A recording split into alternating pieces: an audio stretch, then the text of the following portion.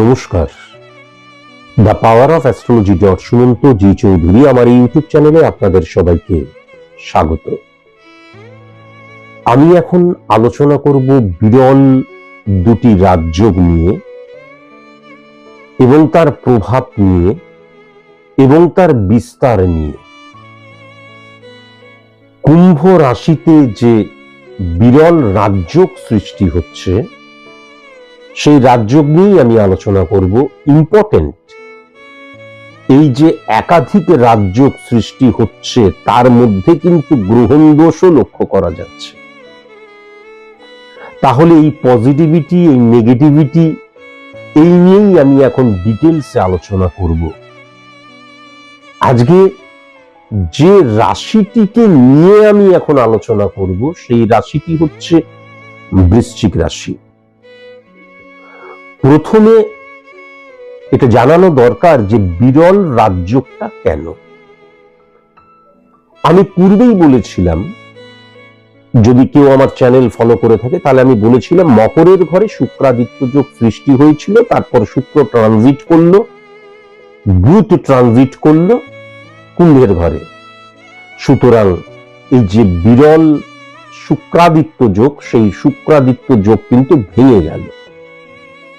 কিন্তু 13 তারিখ থেকে 28 তারিখ পর্যন্ত যদি লক্ষ্য করা যায় তাহলে 13 তারিখে কিন্তু রবি আবার কুম্ভের ঘরে ট্রানজিট করছে। যখনই রবি কুম্ভের ঘরে ট্রানজিট করছে তখনই কিন্তু শুক্রাদিত্য যোগ আবার সৃষ্টি হচ্ছে। শুক্রাদিত্য যোগ মূলত দুটি দিককে নির্দেশ করে। শুক্রাদিত্য একটি রাজযোগ, সেই রাজযোগের প্রভাব আমাদের জীবনে দুটি দিকে লক্ষ্য করা যায়। একটা হচ্ছে আমাদের অর্থনৈতিক জায়গা, আর দ্বিতীয়টা হচ্ছে আমাদের সম্পর্কের জায়গা। কিন্তু মানে শুক্রের পরে বুধও ট্রানজিট করেছিল, সুতরাং রবি এবং বুধের একত্রীকরণও কিন্তু একটা অত্যন্ত পাওয়ারফুল রাজযোগ সৃষ্টি হলো, সেটা হচ্ছে বুধাদিত্য রাজযোগ। বুধাদিত্য রাজযোগের কাজ হচ্ছে, আমি যেই ভাবটাতে, যেই ঘরটাতে বুধাদিত্য যোগ সৃষ্টি হচ্ছে রাজযোগটি, সেই ঘরের যে পজিটিভিটি সেটাকে সে অতিমাত্রায় ইনক্রিজ করে দেয়। এখন এই যে শুক্রাদিত্য রাজযোগটা সৃষ্টি হয়েছে এবং তার যে ক্ষমতা, তার যে পাওয়ার, সেটা দ্বিগুণ বেড়ে গেল, তার কারণ সেখানে বুধাদিত্য রাজযোগ সৃষ্টি হলো। আরো ইম্পর্টেন্ট ফ্যাক্টর যেটা হচ্ছে, যেহেতু কুম্ভ রাশিতে বুধাদিত্য যোগ সৃষ্টি হলো, তাহলে শনি এবং বুধের একত্রীকরণ অত্যন্ত পাওয়ারফুল এবং ডেপথের জায়গাকে ইন্ডিকেট করে। এবার ইম্পর্টেন্ট ফ্যাক্টর যেটা হচ্ছে, আমি যদি বৃশ্চিক রাশি থেকে ক্যালকুলেট করি তাহলে বৃশ্চিক, ধনু, মকর এবং কুম্ভ, তাহলে 1, 2, 3, 4 নম্বর ঘরটাই কিন্তু বিরল রাজযোগ সৃষ্টি হলো। এবার ইম্পর্টেন্ট ফ্যাক্টর হচ্ছে 4 নম্বর ঘর মানে, প্রথমত হচ্ছে খুব ভালো মতন শুনতে হবে কিন্তু, কেননা অ্যানালাইসিসটা আমি পরে করছি। 4 নম্বর ঘর মানে জীবনের আনন্দের জায়গাটা, 4 নম্বর ঘর মানে মাতৃপ্রভাবের জায়গাটা, 4 নম্বর ঘর মানে আমার ব্যক্তিগত জীবনের জায়গাটা, পার্সোনাল লাইফ। 4 নম্বর ঘর মানে আমি যে সফলতাটা পেতে চাইছি সেই সফলতার জন্য আমি কতটুকু উপযুক্ত হয়েছি বা কতটুকু উপযুক্ত হচ্ছি। এবার ইম্পর্টেন্ট ফ্যাক্টর যেটা হচ্ছে, আমি যদি এই কুম্ভ রাশির ঘরটিকে দেখি সেখান থেকে রবি, শুক্র, বুধ এই তিনটি প্ল্যানেটের দৃষ্টি কিন্তু কেবল সমসপ্তম দৃষ্টি, আর রাহুর কিন্তু তিনটি দৃষ্টি 5, 7, 9। তাহলে এই যে, এবং 7 নম্বর ঘরেও দৃষ্টি, তাহলে বুধ, শুক্র, রবি এবং রাহুর একত্রীকরণ দৃষ্টি দিচ্ছে সিংহের ঘরে।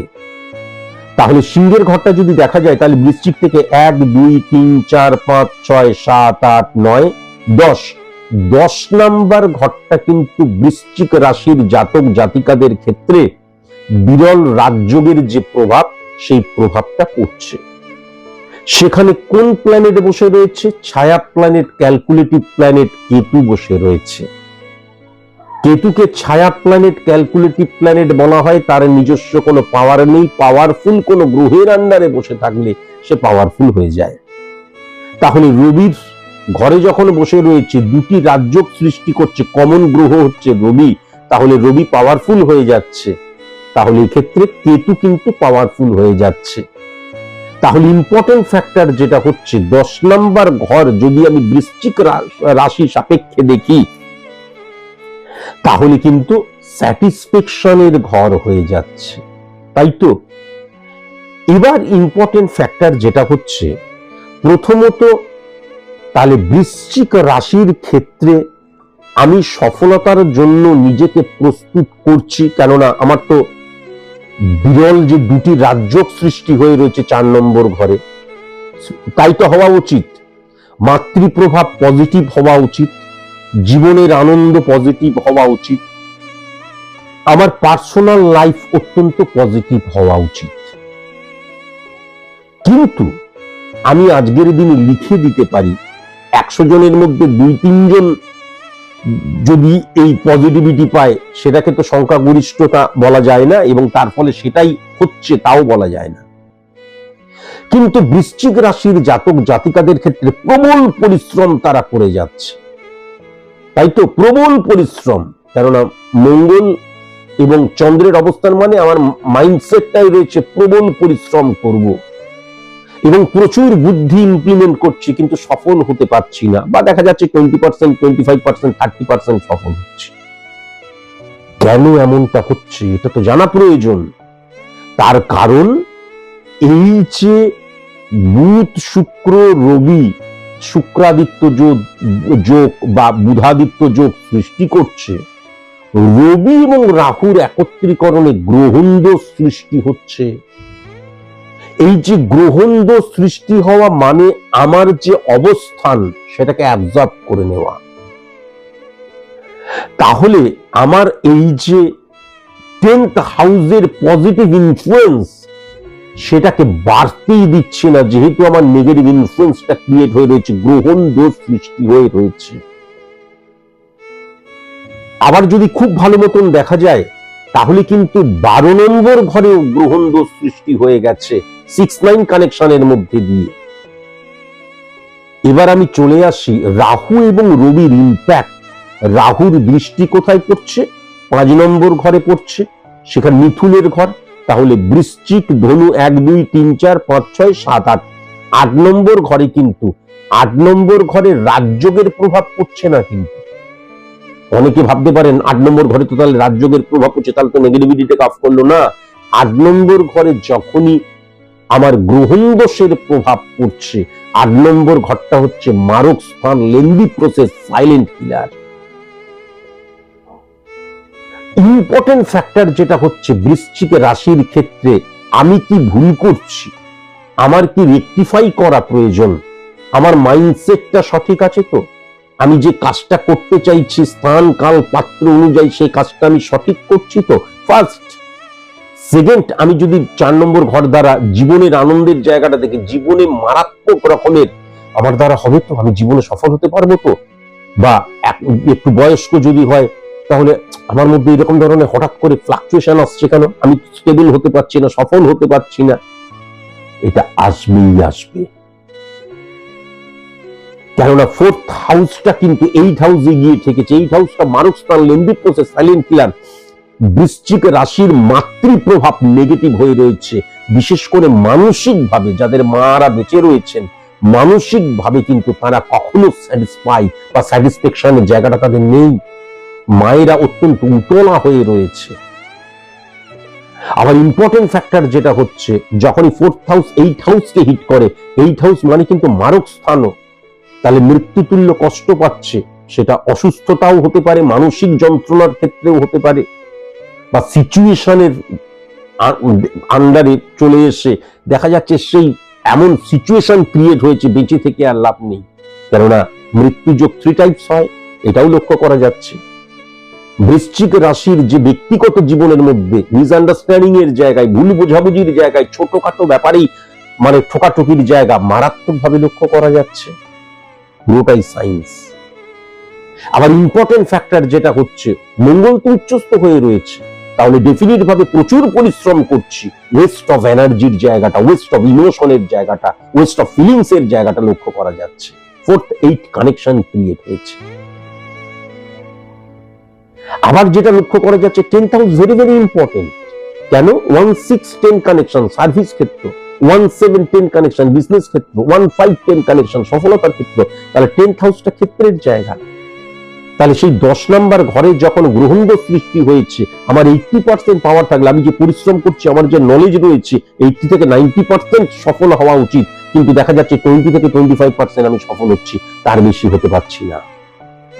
কেননা 10th হাউসের জায়গাটাই যখন আমার গ্রহণদোষ সৃষ্টি হয়ে গেল, তাহলে 10th হাউস মানে প্রত্যেকটা যে আমাদের ভাব রয়েছে, ঘর ভাব রিপ্রেজেন্ট করে আমাদের জীবনের যে দিকগুলোকে, সেই প্রত্যেকটা ক্ষেত্রে দেখা যাচ্ছে আমার যতটা পাওয়ার কথা ততটা আমি পাচ্ছি না। সেটা অর্থ হতে পারে, সেটা সম্পর্ক হতে পারে, সেটা আমার সফলতা হতে পারে। যে কোনো ক্ষেত্রে আমার যতটা পাওয়ার, আমি তার 50% পাচ্ছি না, কিন্তু আমি প্রচুর পরিশ্রম করছি, আমি বুদ্ধি খাটাচ্ছি, কিন্তু সেই জায়গাটা আসছে না। এটাও লক্ষ্য করা যাচ্ছে। আবার ইম্পর্টেন্ট ফ্যাক্টর যেটা লক্ষ্য করা যাচ্ছে, 12 হাউস, সেখানে কিন্তু 12 হাউস মানে কি? কেননা এই যে রাহু যে 5 নম্বর 7 নম্বর 9 নম্বর ঘরে দৃষ্টি দিচ্ছে, 9 নম্বর ঘরটা তুলার ঘর, বৃশ্চিক রাশি সাপেক্ষে তুলার ঘর। তাহলে তুলার ঘরে যখনই রাহু এবং রবির ব্যাড ইম্প্যাক্ট চলে আসছে, ইম্পর্টেন্ট ফ্যাক্টর, এটা আমি বহুবার ধরে বলেছি, যে দেখা যাচ্ছে আমি 40, 50, 60, 70, 80 হাজার টাকা ইনকাম করছি, আমার খুব ভালো মতন চলে যেতে পারতো। আগে হয়তো কোনো ধার রয়েছে, মানুষের জীবন তো ধার রয়েছে, এই রয়েছে, সেগুলো মিটিয়েও মোটামুটি আমার চলে যেতে পারতো। আমি কেবলমাত্র আমার স্ট্যাটাসটা মানুষকে দেখাবার জন্য, দেখানদারির জায়গাটা চলে আসার জন্য আমি একটা সেকেন্ড হ্যান্ড বা ফার্স্ট হ্যান্ড গাড়ি কিনে ফেললাম। গাড়ি মানে হাতি পোষা। আমি সঠিক মতন গাড়ি চালাতে জানি, কিন্তু রাস্তায় গাড়ি নিয়ে বেরোবার মতন অতটা কনফিডেন্স আমার নেই। আমি একটা ড্রাইভার পুষলাম। পোষা একটা ড্রাইভার মানে মিনিমাম তাকে 15,000 থেকে 20,000 টাকা দিতে হবে, এবং প্রত্যেকদিন তার খাওয়ার খরচ রয়েছে। পেট্রোল বা ডিজেলের দাম কোন জায়গায় চলে গেছে, আজকে ব্রেক অয়েল খারাপ, আজকে এই খারাপ, কালকে ওই খারাপ, চেঞ্জ করতে গেলে কত, দেখা যাচ্ছে ওইখানেই আমার মিনিমাম 15-20 হাজার টাকা তো যায়। একজন কারোর যদি গাড়ি থাকে এবং সেই গাড়ি যদি রাস্তায় বের করায়, গাড়িটা এমনি দেখানদারির জন্য ঢাকা দিয়ে রেখে দিলাম, দ্যাট ইজ ডিফারেন্ট থিংস, কিন্তু রাস্তায় যদি বেরোয়, তাহলে 15 থেকে 20 হাজার টাকা, মানে আমি পেট্রোল ডিজেল ছাড়া বলছি, গাড়ির পেছনের খরচা আছে। তাহলে আমার যে 80,000 থেকে আমি দেখা যাচ্ছে আমার ঋণ রয়েছে বলে 10,000 দিয়ে দিলাম, 70,000, সেখান থেকে 30,000 বেরিয়ে চলে গেল, আমি আবার অর্ডিনারি জায়গায় চলে গেলাম। বা দেখা যাচ্ছে এখন তো সোশ্যাল মিডিয়ার যুগ, আমি এখান থেকে শিলিগুড়ি যাচ্ছি, আমি ট্রেনে করে যেতে পারতাম, বাসে করে যেতে পারতাম, প্লেনে করে যেতে গেলাম, যেখানে 5 টাকায় হয়ে যেত সেখানে 50 টাকা খরচা করলাম। মিলিয়ে নেবেন, সার্বিক মতে আলোচনা করছি, কিন্তু এই জায়গাটাও লক্ষ্য করা যাচ্ছে। তাহলে বৃশ্চিক রাশির জাতক জাতিকারা কখনো বলবেন না যে আমার তো এখন অড সিচুয়েশন চলছে, অড সিচুয়েশন চলছে না। আসলে আমার রবি এবং রাহুর যে ব্যাড ইম্প্যাক্টটাকে অফ করা হয়নি, বা রবি এবং রাহুর যে ব্যাড ইম্প্যাক্টটা পড়ছে বলেই কিন্তু আমার পজিটিভিটির জায়গাটা আমি পাচ্ছি না, এবং আমার ব্যর্থতার জন্য আমি নিজেই দায়ী হচ্ছি।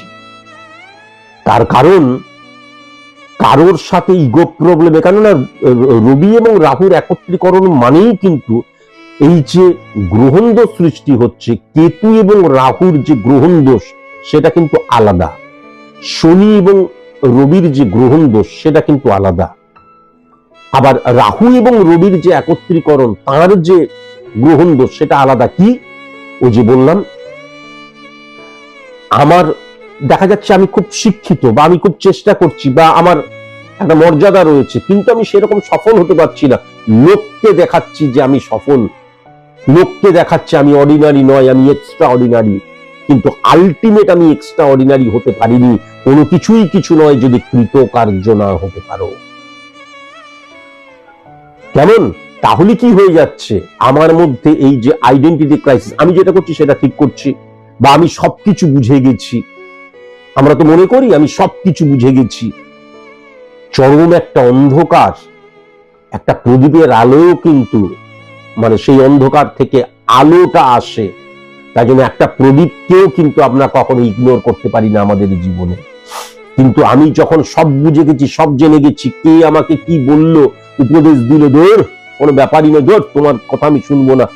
West of feelings, West of emotion এবং ওয়েস্ট অফ এনার্জির জায়গাটা, ওয়েস্ট অফ মানির জায়গাটাও মারাত্মক ভাবে লক্ষ্য করা যাচ্ছে। যদিও সার্বিক মতে আলোচনা করছি, কিন্তু বৃশ্চিক রাশির 100 জনের মধ্যে 90 থেকে 95 জনই কিন্তু এই নেগেটিভ ইনফ্লুয়েন্সের মধ্যে দিয়ে যাচ্ছে। সুতরাং অবশ্যই কিন্তু কোনো ভালো সায়েন্টিফিক অ্যাস্ট্রোলজারের কাছে যাওয়া প্রয়োজন। যাওয়ার পরে আপনার নেগেটিভ সাইড কি সেটা কিন্তু তিনি তুলে ধরবেন, কেননা পজিটিভ সাইড নিয়ে তুলে ধরবেন না। একজন সায়েন্টিফিক অ্যাস্ট্রোলজার প্রেডিক্টর, সমাজ সংস্কারক নয়। সুতরাং নেগেটিভ সাইডটাকে যখনই তুলে ধরলো সেটাকে ইগনোর করে বাড়ি গিয়ে বসে থাকবেন না, ভালো মতন আলোচনা করবেন। আমি যেমন ভালো মতন আলোচনাও করি প্রেডিকশন করার পর, আলোচনা করার পর যে নেগেটিভিটি রয়েছে সেই নেগেটিভিটিকে অফ করা মাস্ট প্রয়োজন। বাই হুক বাই ক্রুক, ঘটি বাটি বিক্রি করে হলেও কিন্তু সেই নেগেটিভিটিকে অফ করা প্রয়োজন।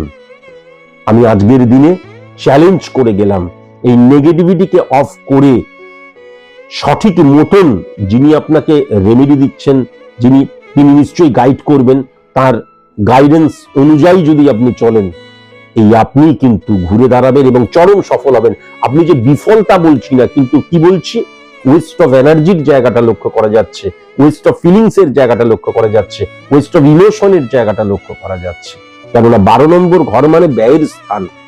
সেখানে যখন আমার আমিত্ব, আইডেন্টিটি ক্রাইসিসটা যখনই ক্রিয়েট হচ্ছে, কেননা রাহু এবং রবির একত্রীকরণ যখনই সৃষ্টি হচ্ছে, তখন আমার আমিত্ব কিন্তু অ্যাডজাস্ট করার প্রবণতা, কম্প্রোমাইজ করার প্রবণতা, স্যাক্রিফাইস করার প্রবণতা একদম হারিয়ে ফেলে এবং দেখানদারিটা অনেক বেশি হয়ে যায়। দেখানদারিটা অনেক বেশি হয়ে যায়।